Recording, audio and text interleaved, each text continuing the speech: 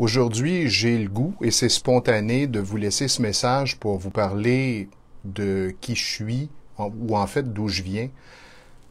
Il y a trop de gens souffrants autour de moi. Je vois à tous les jours des gens qui n'ont pas confiance en eux, des gens qui n'ont pas l'impression d'être importants. Et à chaque fois, ça me touche. Ça me touche parce que ça me rappelle d'où je viens. J'étais adolescent, replié sur moi-même, je jouais de la musique, j'avais quelques amis, je m'exprimais peu, je me refermais sur moi-même, j'avais l'impression que je n'étais pas important, que je valais pas grand-chose. Et un jour, j'ai fait une tentative de suicide. Je voulais pas mourir, mais je voulais crier à quel point j'étais malheureux et surtout, je savais pas vers qui me tourner, je savais pas à qui parler, je savais pas quoi faire pour m'en sortir. Et passage obligé, hôpital, psychiatrie pendant 2 semaines, ce qui fait réfléchir, ce qui m'a permis, moi, de voir des gens plus souffrants que moi autour de moi. Et j'étais adolescent, j'avais ma santé, j'avais tout pour moi, et je me suis dit, je vais me prendre en main. Pour moi, ce jour-là, ça a été comme une deuxième naissance. Ça m'a permis de réaliser qui j'étais. Parfois, il faut toucher le fond du baril pour se donner un élan puis sortir. C'est ce qui m'est arrivé. Mais depuis cet événement, quand je vois des gens souffrants et je vois la souffrance dans le regard des gens que je croise, parfois, ça me touche, ça me pogne au cœur. Aujourd'hui, comme coach, j'ai le privilège d'accompagner des gens, puis parfois d'influencer ou de passer des messages ou de questionner les gens pour les amener à réaliser qui ils sont. C'est un privilège pour moi de faire ce que je fais en ce moment. C'est quelque chose qui me tient à cœur. C'est peut-être ma mission de vie, je le sais pas. Mais je le fais avec mon cœur, je le fais avec mes tripes.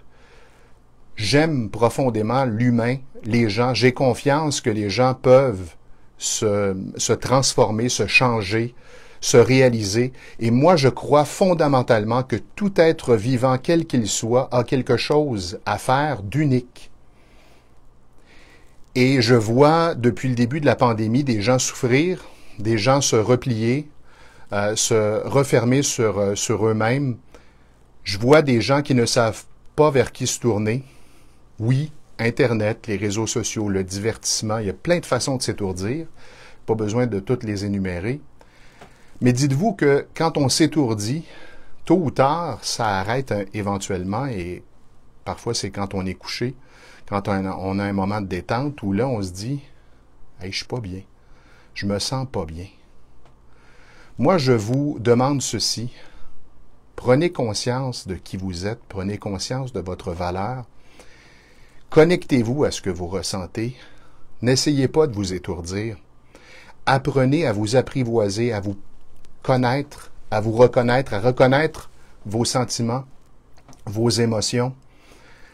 Et quand vous ne savez pas quoi faire avec ça, parlez-en.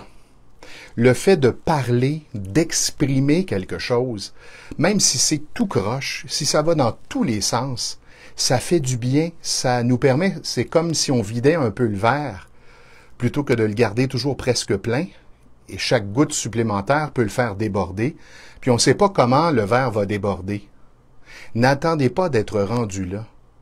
Apprenez à exprimer, à dire.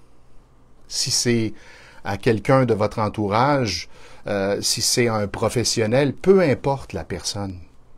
Mais de grâce, moi c'est ce que je vous demande, faites confiance. Ne vous découragez pas. C'est parfois cette solution-là qui nous vient en tête, qui nous tourne en tête constamment. Donnez-vous la chance et donnez la chance aux gens qui vous entourent ou aux professionnels de vous écouter.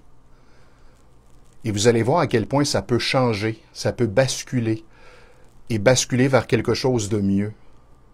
Je répète ce que je disais tantôt.